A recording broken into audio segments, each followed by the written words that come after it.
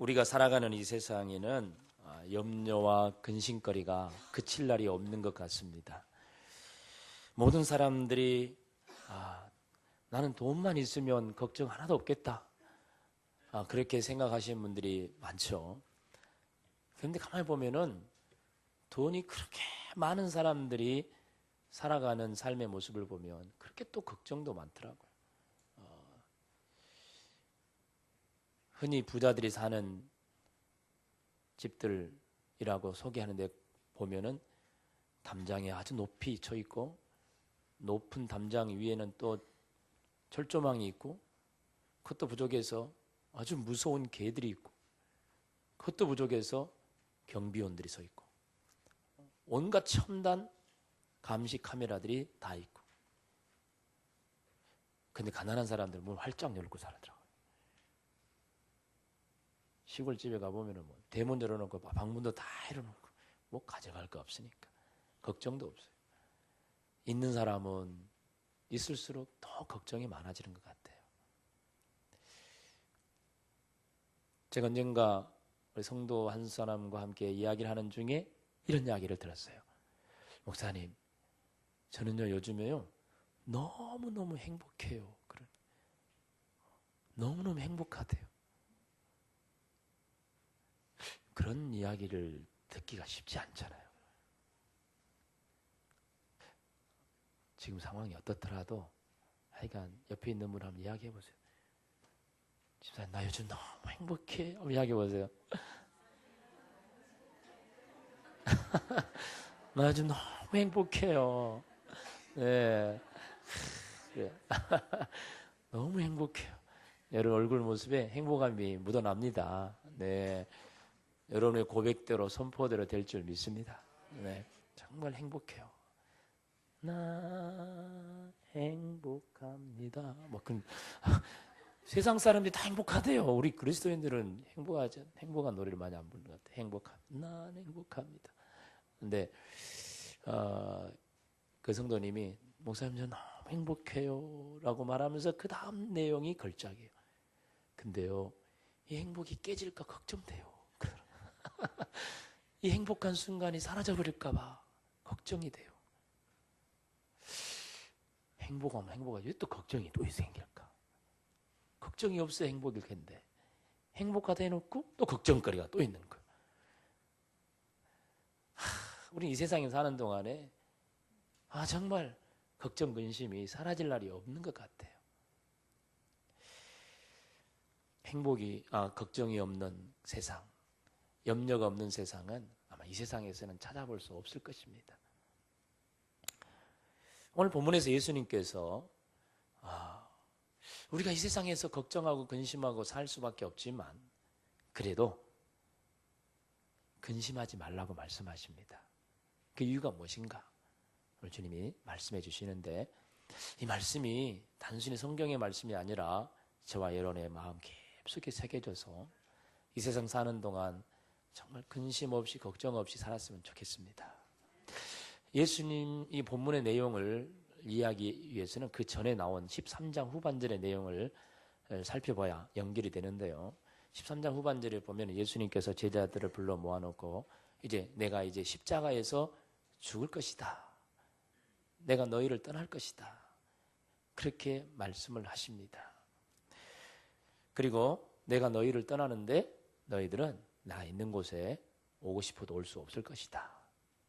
이런 말씀을 예수님이 하시니까 옆에 있던 베드로가 큰 소리로 말합니다. 주여, 어디로 가십니까? 주여, 어디로 가십니까? 저는 주님을 위해서 목숨도 버리겠나이다. 이렇게 말하는 거예요. 주님이 죽으시겠다고 하니까 정말 이런 베드로 같은 제자가 얼마나 귀한 제자입니까? 주님, 어디로 가신다고 합니까? 저는 주님을 위해서 목숨도 버릴 각오가 돼 있습니다. 그러자 예수님께서 그 베드로에게 말합니다. 그래, 베드로야, 고맙다. 근데 네가 나를 위해서 목숨을 버리겠다고 하는데 내가 정말 진실로 너에게 말하는데 오늘 밤 닭 울기 전에 네가 나를 3번 모른다고 부인할 것이다. 그렇게 말씀하셨어요. 그러니까 그 분위기 속에서 지금 제자들이 분위기가 아주 숙연해지면서 그들의 마음속에 모두가 마음속에 아마 걱정, 근심이 쌓였을 거예요. 뭐냐면 예수님이 지금 죽으시겠다고 하시는데, 죽으러 간다고 하는데 우리도 같이 따라가 죽을 용기는 없고, 그리고 또 우리가 그렇게 사랑하고 존경하고 따르던 예수님이 죽게 되는데, 우리를 떠나겠다고 하는데 참 마음이 착잡하고 슬프고, 그리고 또 예수님이 그냥 죽는 것도 아니고 저 제사장들과 바리새인들이 예수를 잡아서 죽일 것인데, 그럼 우리도 예수를 따른 제자들인 줄 뻔히 아는데 우리도 또 분명히 잡아서 옥에 가두고 죽이고 그렇게 하지 않을 것인가. 이렇게 생각이 되니까 그들의 앞날이 아주 불안해지고 두려워지면서 걱정이 되는 거예요. 그들의 마음속에 지금 그 분위기가 상당히 두려움과 불안함과 초조함, 걱정, 근심으로 제자들의 마음에 가득했던 것 같아요. 그런 분위기를 알아채신 예수님께서 그들에게 하신 말씀이 바로 14장 1절 이하에 나온 말씀이죠. 너희는 마음에 근심하지 말아라. 하나님을 믿으니 또 나를 믿어라. 내 아버지 집에는 거할 곳이 많다. 내가 너희를 위하여 거처를 예비하러 간다.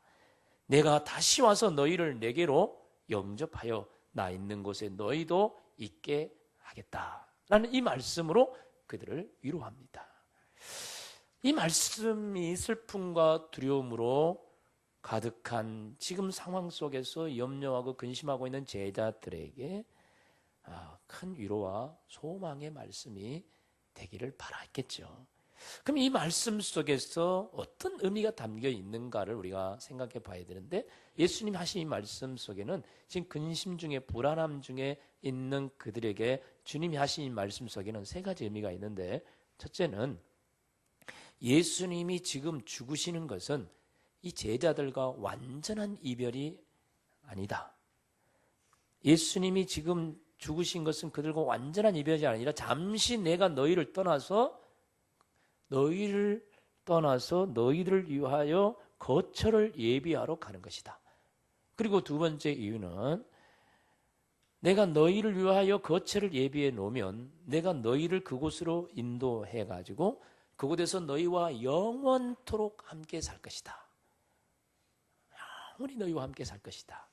그리고 3번째 뜻은 그러니까 너희들이 이 세상에 지금 삶이 비록 어렵고 너희들에게 핍박도 올 것이 두렵고 또 너희들이 앞으로 살아갈 일이 막막하고 근심도 많고 걱정도 많이 생기겠지만, 그러나 내가 너희를 인도하여 내가 너희를 위하여 예비해 놓은 그곳에서 영원히 나와 함께 살 그날을 바라보면서 소망 가운데서 지금 현재 너희가 힘들고 어려운 것을 잘 이겨내고 잘 극복하고 나를 다시 만난 날까지 너희 믿음을 굳게 잘 지켜라.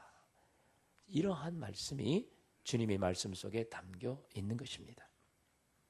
자, 그렇다면 예수님이 제자들을 떠나서 가셔가지고 거처를 예비하시겠다고 하셨는데, 그러면 예수님이 가셔서 예비하시겠다는 거처는 무엇입니까? 그것은 바로 천국을 말합니다.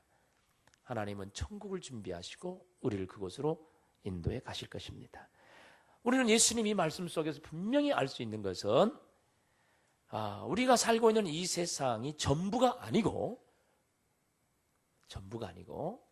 분명히 하나님께서 우리를 위하여 예비해 놓으신 천국이 있다는 사실입니다. 주님의 말씀 속에 확실히 알 수 있는 것은 하나님이 우리를 위해 예비해 놓은 천국이 있다. 그리고 그 천국에는 이 세상에서 염려와 근심, 슬픔, 두려움, 불안함, 초조함 많이 있지만, 그러나 천국에서는 그 모든 것은 없다. 그래야 가고 싶죠. 이 세상이나 천국이나 똑같다면 뭐라 거기 가고 싶겠어요. 이 세상에서 맛볼 수 없는 행복과 평안함이 천국에는 있고 영원히 주님과 함께 살 수 있는 곳이 바로 천국이다. 이것을 분명하게 말씀하고 있는 것이죠. 그래서 요한계시록 21장 4절에 보면 모든 눈물을 그 눈에서 닦아주시고, 우리가 천국에 가면 주님이 우리가 이 땅에 흘렸던 모든 눈물들을 다 닦아주시고, 그리고 그곳에는 다시는 사망이 없고, 그리고 그곳에서는 애통하는 것이나 곡하는 것이나 아픈 것도 다시는 있지 아니한다. 그렇게 천국이 어떤 곳인지를 분명히 말씀해주고 있습니다. 여러분, 아브라함을 잘 아십니다. 아브라함이요, 하나님의 부르심을 받아서 갈대아 우르, 자기 고향 갈대아 우르에서 떠나왔습니다. 정든 고향입니다. 그곳에는 친구들도 있고 그곳에는 삶의 터전이 있었습니다. 그러나 그걸 다 버려두고 주님이, 하나님이 부르시는 부름을 받고 약속의 땅을 향하여 떠나갔습니다. 그때부터 아브라함은 나그네 인생, 정착하지 않고 나그네의 삶, 이곳저곳으로 떠돌아다니는 나그네의 삶을 살게 됩니다. 이 아브라함의 나그네의 삶은 고독했습니다. 힘들었습니다.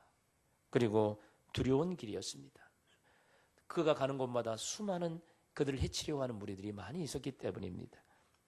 그는 나그네 삶을 살아가면서 같이 떠나왔던 아버지를 하란에서 먼저 돌아가신 것을 바라봐야만 됐고, 그리고 그가 또 여행길에 동반자였던 조카 롯과도 헤어져야 하는 그런 아픔을 겪게 됩니다.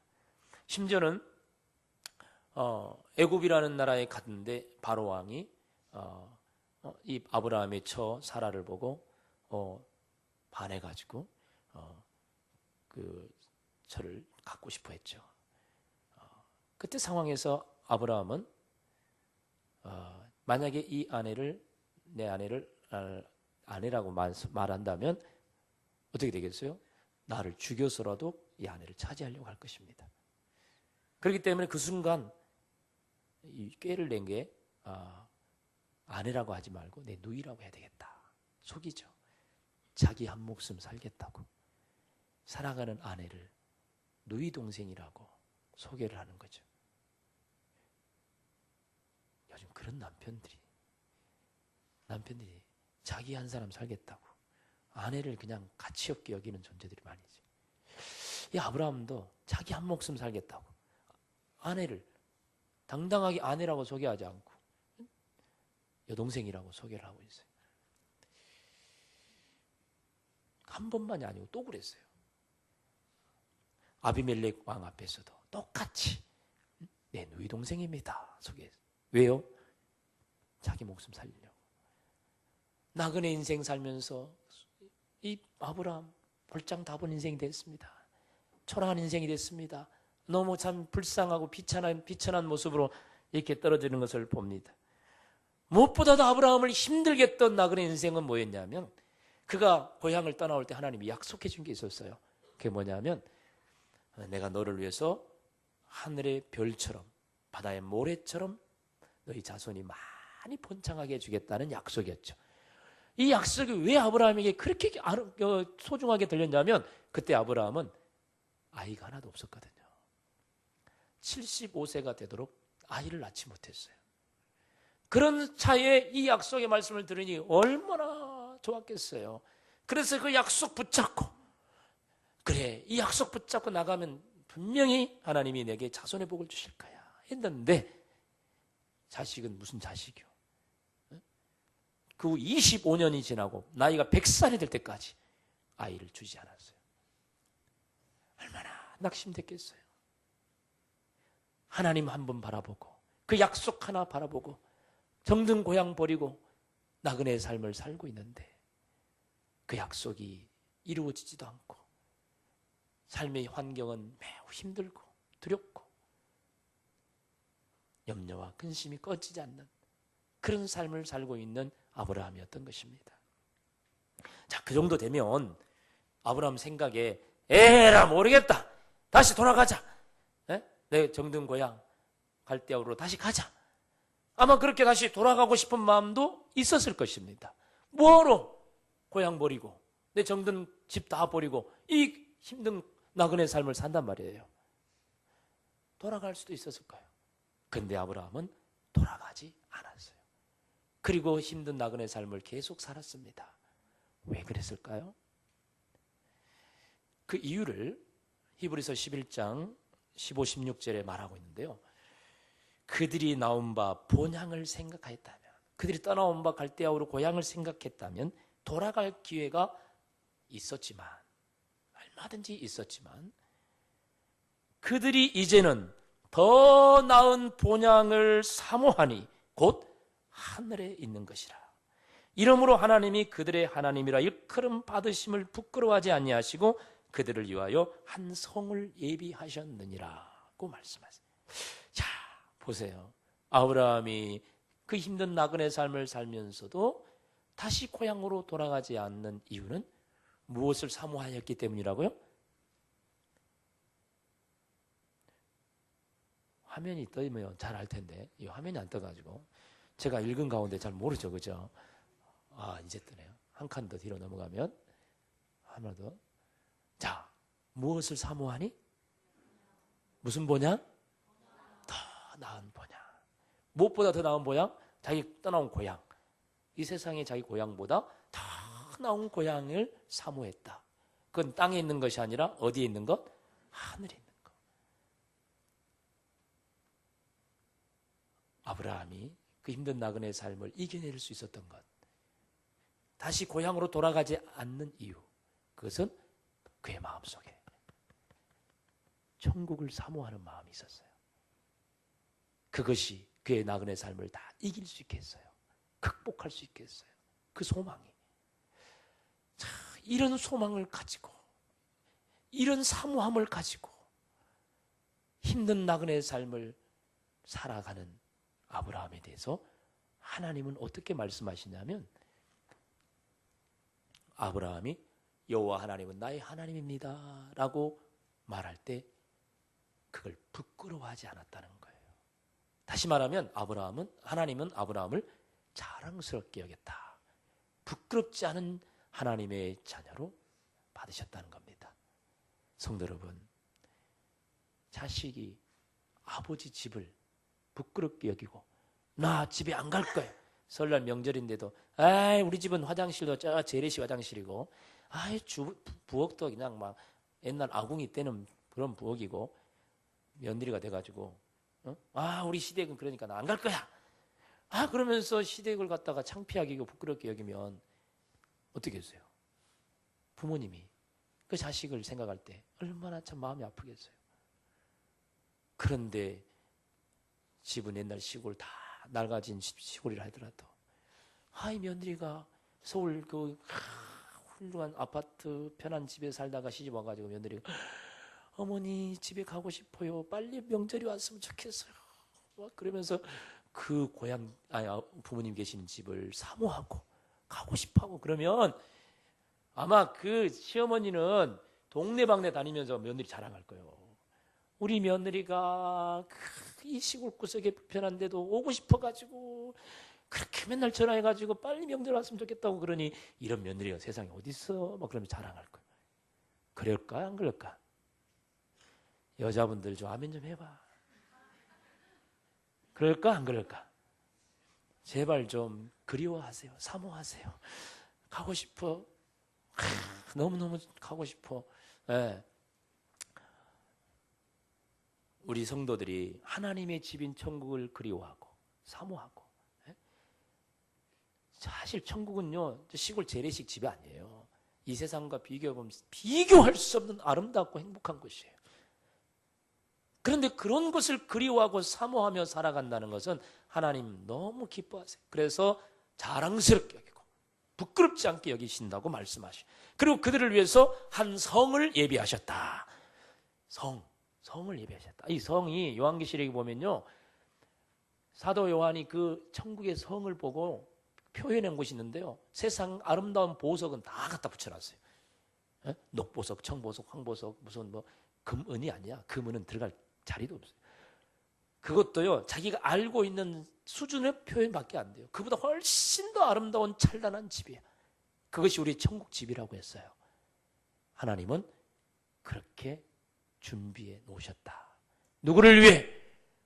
이 힘든 나그네 삶 속에서도 오직 더 나은 본향 하늘에 있는 천국을 그리워하며 사모하며 이 힘든 나그네 삶을 이겨내고 살아가는 아브라함, 바로 그리스도인 성도들, 바로 저와 여러분을 위하여 바로 그 아름다운 성을 준비해 놓으셨다는 사실을 믿으시기 바랍니다.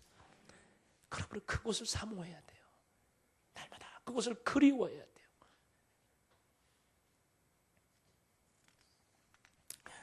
데살로니가서 1장 7절에도 보면은 환난 받는 너희에게는 우리와 함께 안식으로 갚으신다. 그것이 바로 하나님의 공의라고 했습니다. 이 세상에서 믿음 생활하다가 환난을 당하는 자들에게 하나님은 무엇으로 갚으신다? 안식으로 갚으신다. 이것이 하나님의 공의로우심이라 그랬어요. 우리가 이 땅에서 이 세상 나그네 삶을 살면서 예수 믿는 신앙을 지키고 그리스도인으로서 이 세상에서 온갖 핍박과 환난을 이겨내며 살아가는 우리들에게 하나님이 하나님의 나라에서 안식으로 갚아주시는 것이 하나님의 공의로우신 분이라. 반드시 안식으로 갚아주실 줄 믿습니다. 이분이 우리 하나님이요, 이곳이 바로 천국입니다.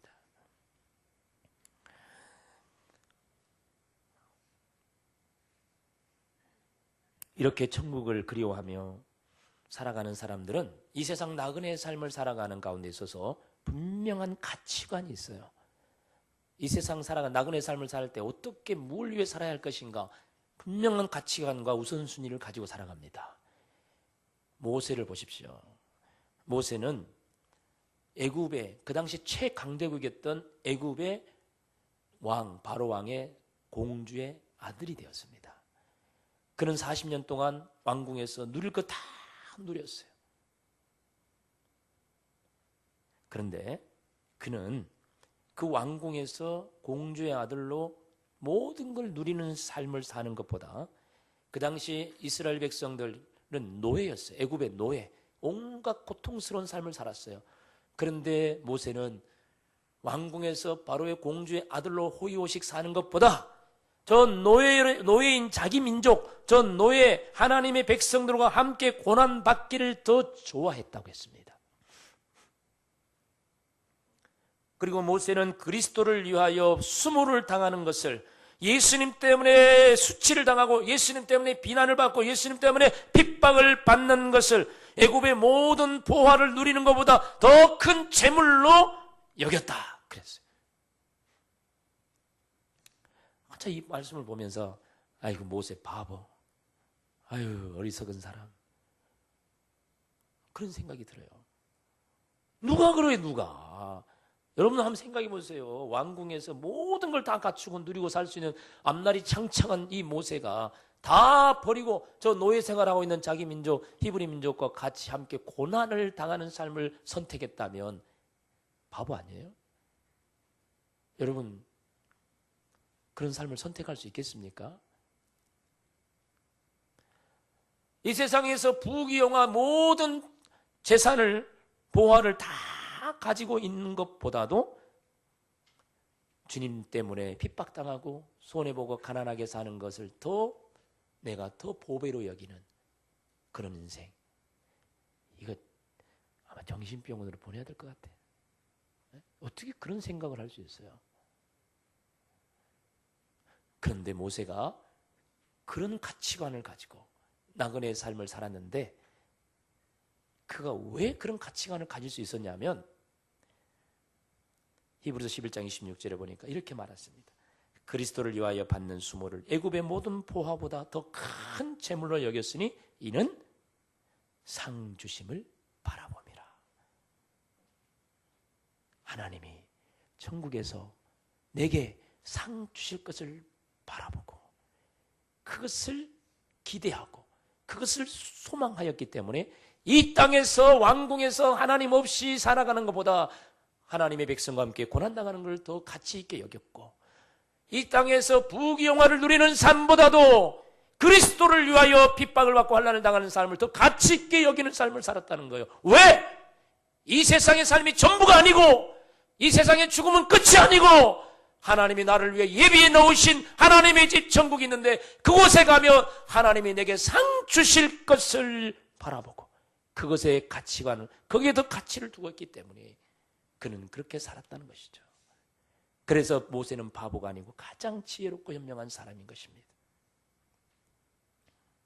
사랑하는 성도 여러분, 우리의 나그네 삶은 어떻습니까? 힘듭니까? 어렵습니까? 슬픔과 염려, 근심이 떠나지 않고 살고 있습니까? 어떤 부부가 단칸방에서 어린 두 아이들과 함께 비좁은 곳에서 그렇게 살고 있었어요. 가난한 중에서도 적금, 주택부금을 꼬박꼬박 넣어가지고 몇 년 넣으니까 나중에 아파트가 하나 당첨이 됐어요. 야, 이 부분 너무너무 좋았어요. 그래가지고 야, 우리가 살 아파트가 어떤 곳인지 모델하우스에 한번 가보자. 그래서 모델하우스에 가봤더니 자기들이 앞으로 살 집이 모양이 다 갖춰져 있는데 가보니까 방이 3칸이나 되고 부엌도 주방이 다 옆에 있고 그리고 거실도 넓고 무엇보다 좋은 것은 화장실이 집 안에 있다는 거예요. 왜냐하면 단칸방에 화장실이 어디 있어요?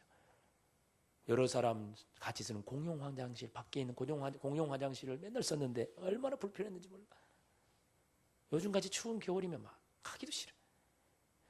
그렇게 힘들고 불편했는데 이거 모델하우스 보니까 이거 완전 천국이라. 이야, 이런 집이 어딨나 싶어가지고 너무 들떴어요. 그리고 집에 돌아왔어요. 돌아와 보니 여전히 자기 사는 집은 똑같이 단칸방이고 똑같이 비좁고 똑같이 화장실 밖에 나가야 되고 똑같이 전과 같이 연탄불을 피워서 방을 따뜻하게 해야 되기 때문에 가스의 위험도 여전히 똑같았어요. 달라진 건 없었어요. 그러나 이 가족은 그때부터 완전히 달라진 삶을 살았는데 왜냐하면 앞으로 2년 후면 우리 아까 본 모델하우스 그 집에 산다.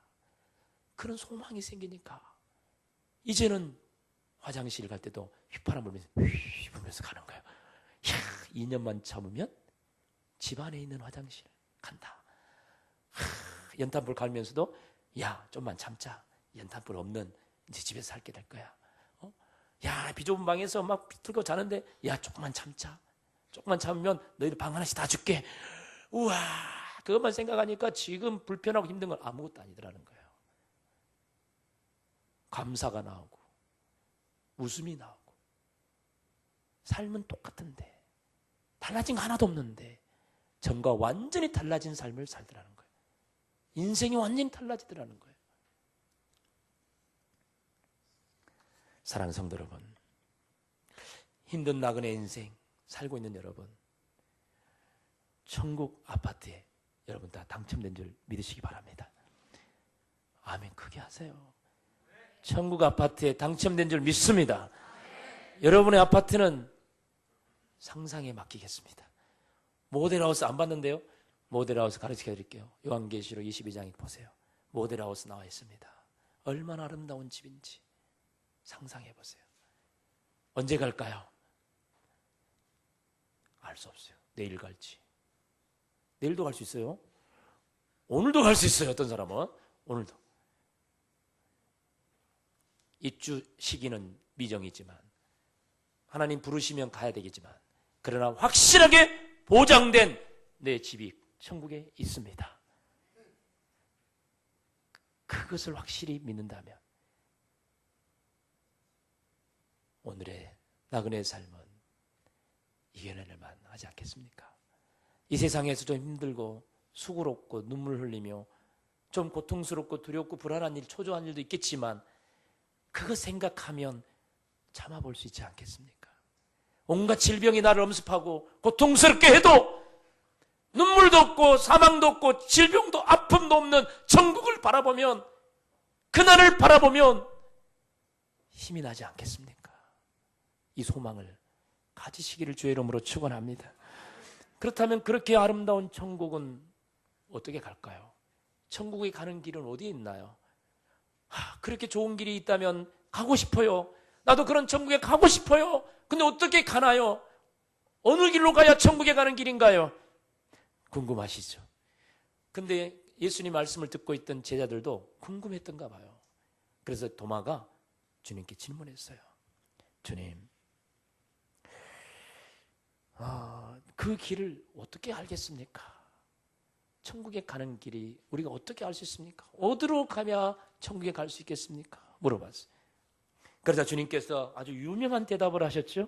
14장 6절을 우리 같이 한번 읽어보도록 하겠습니다. 시작. 예수께서 이르시되 내가 곧 길이요 진리요 생명이니 나로 말미암지 않고는 아버지께로 올 자가 없느니라. 믿습니까?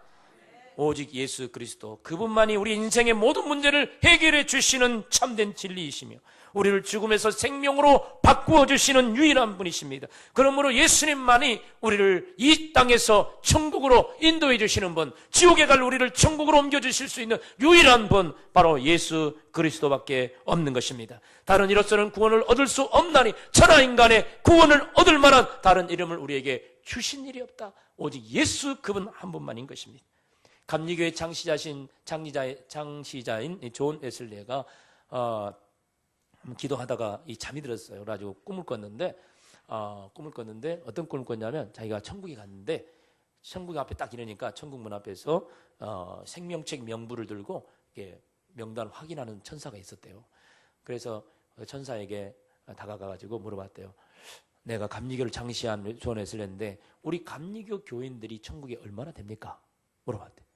그러니까 명부를 쫙 뒤져보더니 아무도 없습니다. 그러더라고요. 충격을 받았어요. 야, 내가 감리교 잘못했나 보다 이거. 그러면은 칼빈이라는 사람이 만든 이 장로교는 교인들 어떨까? 장로교 교인은 얼마나 있습니까? 쫙 보더니 장로교 교인 아무도 없습니다. 더 충격을 받았어요. 왜냐하면 그 당시에 천주교가 너무 타락해가지고 종교 개혁을 한 게 장로교요, 감리교 이런 거거든요. 그러면 우리가 종교 개혁을 잘못했나? 그러면 그 이전에 천주교인들은 그러면 다 천국 갔나? 천주교인들은 혹시 여기 있습니까? 그래. 천주교인도 아무도 없습니다.